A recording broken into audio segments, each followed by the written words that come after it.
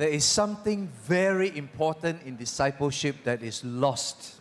Ada sesuatu yang sangat penting di dalam pemuratan yang sudah hilang. At the heart of Christianity is a radicalness. Yaitu di dalam jantung kekristenan kita kehilangan radikalitas. We have lost the radicalness of a radical gospel. Kita kehilangan radikalitas daripada Injil yang radikal. The power of the gospel to transform lives. Kekuatan daripada Injil yang mengubah kehidupan.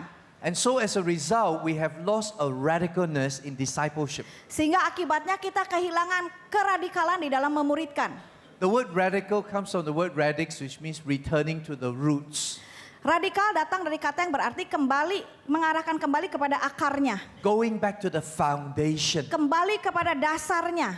This is the desperate need of the Church of Jesus Christ today. Dan inilah kebutuhan yang sangat besar daripada gereja Tuhan hari ini. We must go back to the foundation. Kita harus kembali kepada fondasi asalnya. Before I look at session 1 with you, see the critical need. Sebelumnya masuk dalam sesi kedua ini saya ingin mereview pelajaran yang pertama. I want to go back to this foundation in the light of God's word. Ingin kembali mengajak kepada fondasi daripada Injil. And I want to spend some time to reflect on the scriptures with you. Dan saya ingin mengajak kita kembali melakukan refleksi terhadap firman Tuhan. Because in our opening session I say the most important thing is the word of God. Karena di dalam sesi pertama saya berkata hal yang paling penting adalah firman Tuhan. And if I come back here just to teach you IDMC materials without going back to the word of God, then what I say and what I do are two different things.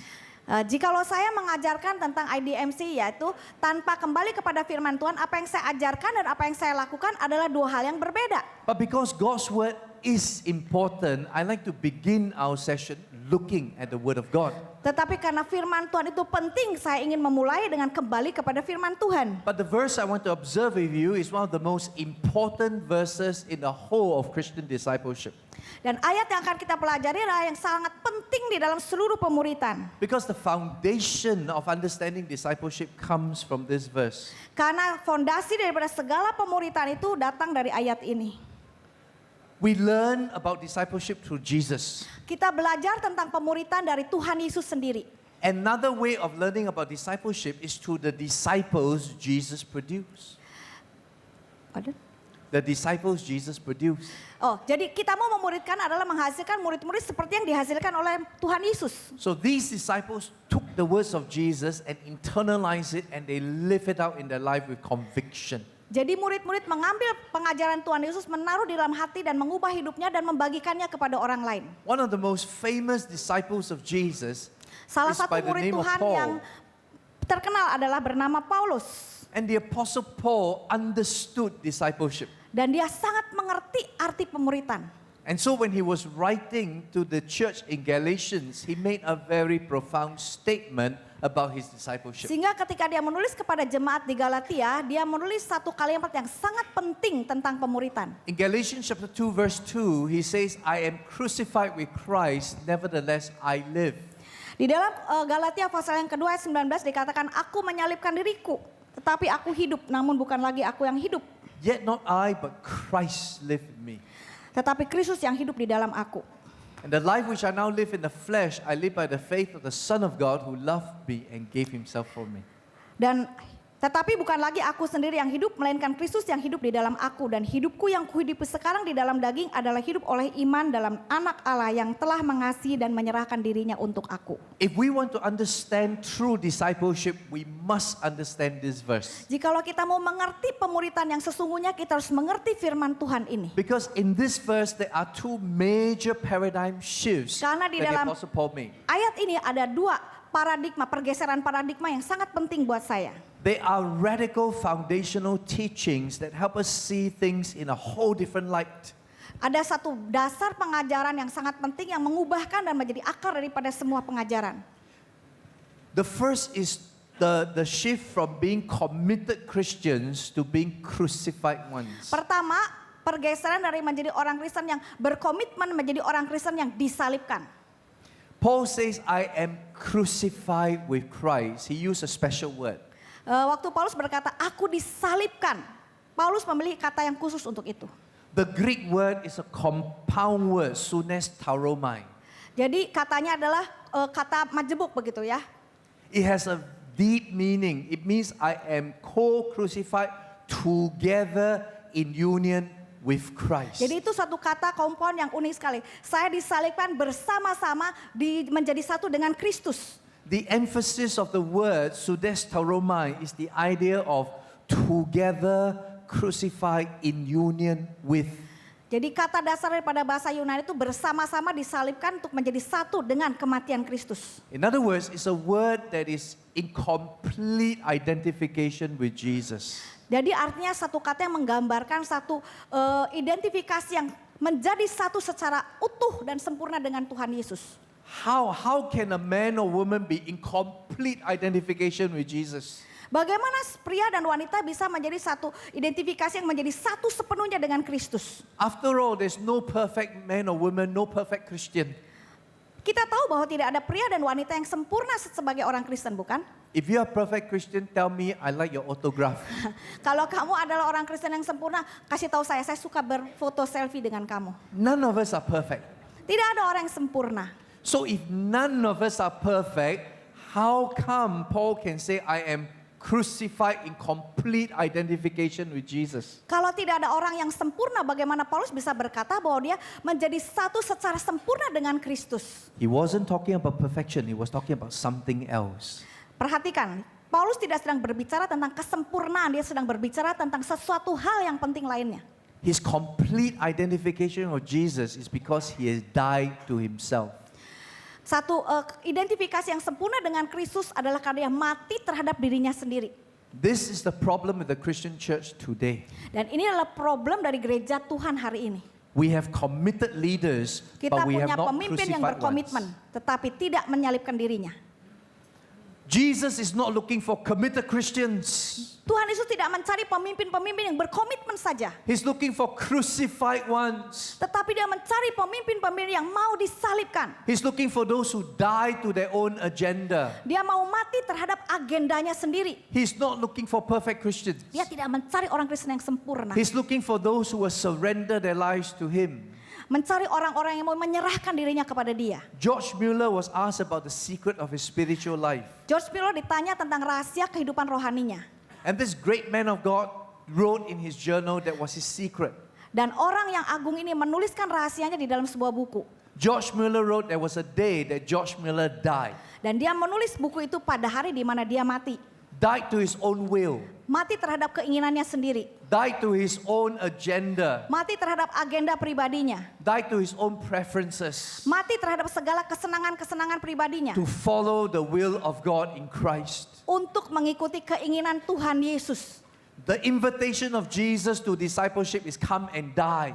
Satu undangan Tuhan Yesus kepada pemuridan adalah datang dan matilah. We dare not die.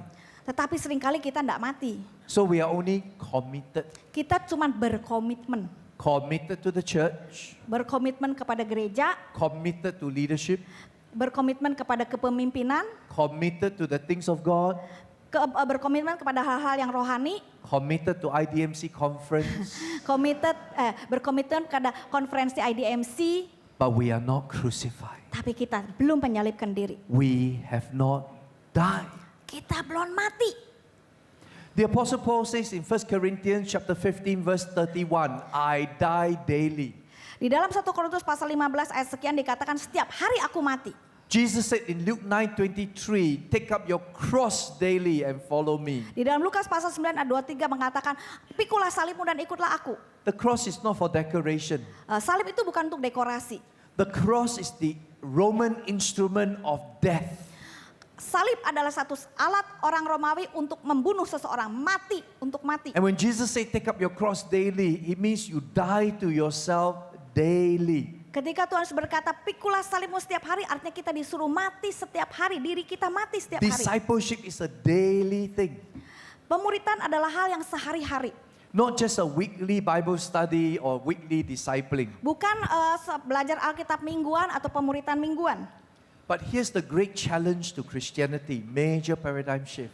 Dan ini adalah satu tantangan bagi kekristenan, satu pergeseran yang sangat penting sekali. God is not looking for committed Christians. He's looking for crucified ones. Allah tidak mencari pemimpin orang Kristen yang berkomitmen, tetapi mencari pemimpin Kristen yang mau mati terhadap dirinya sendiri. An American was interviewing a Romanian missionary, a Romanian pastor. Ada satu misionari di interview. And he was asking the Romanian believer, in your persecution, how did you stay so strong? Dan bertanya kepada seorang Kristen Romawi, bagaimana kamu bisa begitu kuat? He says, we in the Western church, our Christianity is so shallow. Dia bilang, banyak kekristenan itu sangat dangkal sekali. This Romanian Christian says there is a difference between American Christianity, Western Christianity, and the Christians in Romania. Dan kemudian orang Kristen Rumania itu bilang, ada perbedaan antara orang Kristen di Amerika dan orang Kristen di Rumania. You Americans have substituted sacrifice for surrender. Kamu orang Kristen di Amerika itu menukarkan pengorbanan itu dengan penyerahan diri. You talk about how much you sacrifice. Engkau bicara soal berapa banyak engkau berkorban. I sacrifice my time. Mengorbankan waktu. I sacrifice my money. Saya korbankan uang saya. I sacrifice my effort. Saya korbankan upaya-upaya I kerjaan commit saya. it to God. Berapa banyak untuk Tuhan? God is not looking for Tuhan sacrifice. tidak mencari pengorbanan kita. God says obedience is better than sacrifice. Karena ketaatan itu lebih baik daripada pengorbanan. God is looking for our surrender. Tuhan mencari satu penyerahan diri. It's a paradigm shift from being committed to being crucified. Harus ada pergeseran paradigma daripada menjadi orang yang berkomitmen menjadi pada orang Kristen yang Paul says here, menyalibkan dirinya. I am crucified with Paulus Christ. berkata, aku disalibkan bersama dengan Kristus. We have reduced discipleship to a program.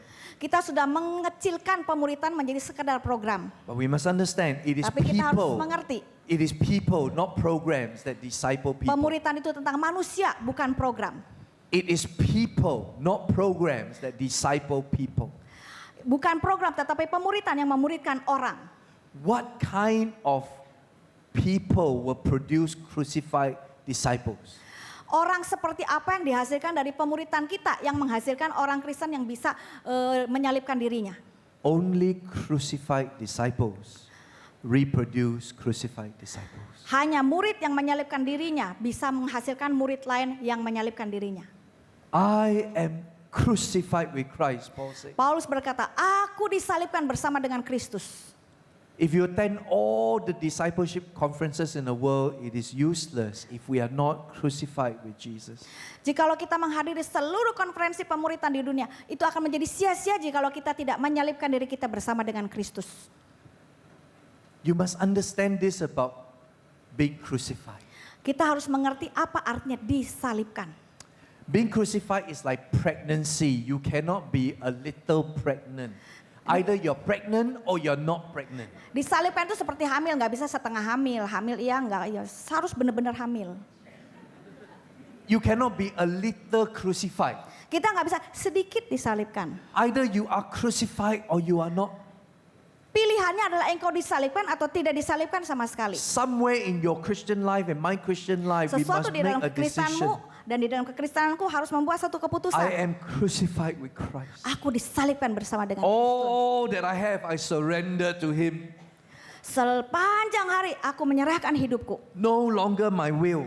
Bukan lagi mengikuti keinginanku. No longer my money. Bukan lagi soal uangku. No longer my business. Bukan lagi bisnisku. No longer my life. Bukan lagi tentang hidupku. I am crucified with Jesus. Saya menyalibkan diriku dengan Kristus. That's the key to discipleship. Ini adalah kunci terhadap pemuritan. When I was a young Christian, I learned this truth. Ketika saya masih muda, saya belajar kebenaran ini. If Jesus is not Lord of all, He is not Lord at all. Kalau Tuhan Yesus bukan Tuhan atas segalanya, dia bukan Tuhan sama sekali. I know what some of you are thinking now. Saya tahu beberapa dari antara berpikir demikian. This type of discipleship is so hard. Aduh, pembicaraan soal pemuritan ini begitu tinggi dan How can we do it? bagaimana kita bisa melakukannya? That's because we didn't understand there's a second truth in Ini Galatians karena kita nggak 2:20. mengerti tentang kebenaran yang kedua. The second truth is a paradigm shift from what we do for God to what God has done for us. Pergeseran paradigma yang kedua adalah apa yang kita lakukan bagi Tuhan dan apa yang Tuhan lakukan di dalam kita. Discipleship is not rooted in what I do for God. Pemuritan itu bukan berdasar pada apa yang saya lakukan bagi Tuhan.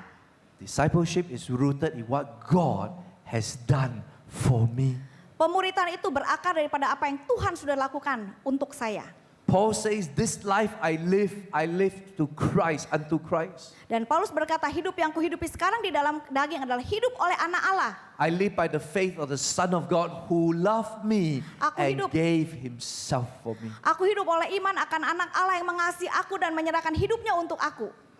He did not say Jesus loved me and give me a great gift. Dia tidak berkata Tuhan mengasihi aku dan memberikan hidup yang luar biasa. Or he sacrificed an angel for me.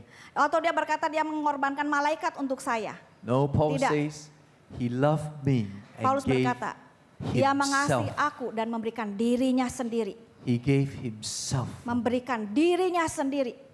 I don't know about you, but this brings tears to our eyes. Saya tidak tahu, tetapi ini membuat saya mencucurkan air mata. When Lee Kuan Yew died, so many Singaporeans cried. Ketika Bapak Lee Kuan Yew meninggal, banyak orang mencucurkan air mata, menangis. And if you ask them, why do you cry? Dan kalau engkau bertanya, kenapa kamu menangis? Is he your relative? Apakah dia saudara kamu? Many Singaporeans will say, Banyak orang no. Singapura itu bukan. Do you know him? Apa engkau kenal dia? Many will say, I don't know him Saya personally. tidak pernah kenal secara pribadi. Have you met him? Apa engkau pernah berjumpa dengan dia? Many who queue 8 hours Banyak yang ngantri sampai just jam-jaman. to say their goodbye Cuman bilang goodbye. have never met Lee Dan Kuan Yew, tidak pernah melihat dan bertemu dia Don't secara know Lee pribadi. Kuan Yew Tidak pernah personally. tahu dia secara pribadi. not his relative. Bukan hubungan kerabat apapun. Why did they cry? Kenapa mereka menangis? Because they say this leader sacrificed himself for our country. Karena pemimpin ini mengorbankan dirinya untuk negara kami. He sacrificed himself. Dia mengorbankan dirinya sendiri. There is one greater than Lee Kuan Yew. Ada satu pribadi yang lebih besar dari Lee Kuan Yew. His name is Jesus. Namanya Yesus.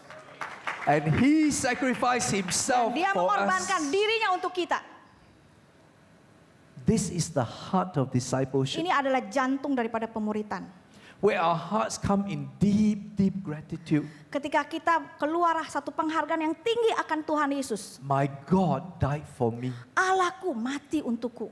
and he made it possible Dan itu memungkinkan to live a life identified in him. buat kita mempunyai hidup yang menunjukkan siapa dia dalam diri I ask you kita. a loving question this Saya evening. mengajukan satu pertanyaan pembelajaran kepada Is saudara. Christianity possible? Apakah kekristenan itu memungkinkan? If Christianity is not possible, don't waste time. Jikalau kekristenan itu sesuatu yang mustahil, jangan buang waktumu. Because it's not possible. Karena itu mustahil, tidak mungkin. But Christianity and discipleship is possible. Tetapi kekristenan dan pemuritan itu adalah sesuatu yang mungkin. How is it possible? Bagaimana mungkin? When the standard is so high, Ketika standarnya begitu tinggi, I am crucified with Christ. saya mensalibkan diri saya dengan Kristus. That's the answer. Itulah jawabannya. When our eyes upon him who loved us and gave himself for us. Ketika mata kita ada tertuju kepada dia yang mengasihi kita dan memberikan hidupnya bagi kita. The focus is not what I do for God. The focus is Fokusnya what God has done for me. bukan apa yang aku lakukan bagi dia, tetapi apa yang dia lakukan bagi kita. Then I say to God, God, I don't have Dan the kemudian strength. saya berkata kepada Tuhan, Tuhan saya nggak punya I don't have the kekuatan. wisdom.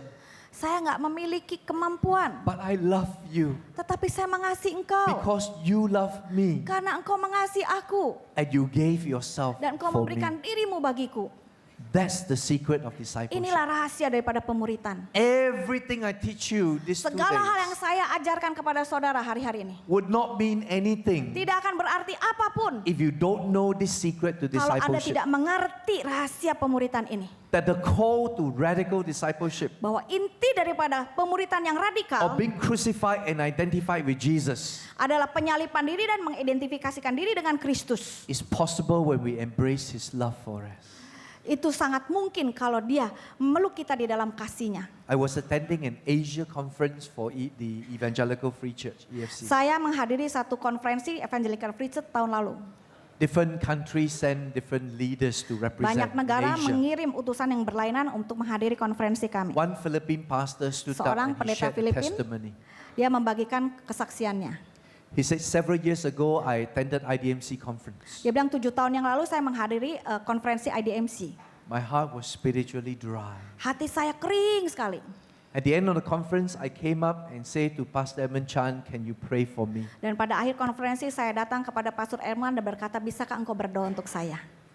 And then he said, I came and I Lalu saya prayed a very datang. short prayer. Dan saya melakukan satu doa dengan sangat singkat sekali.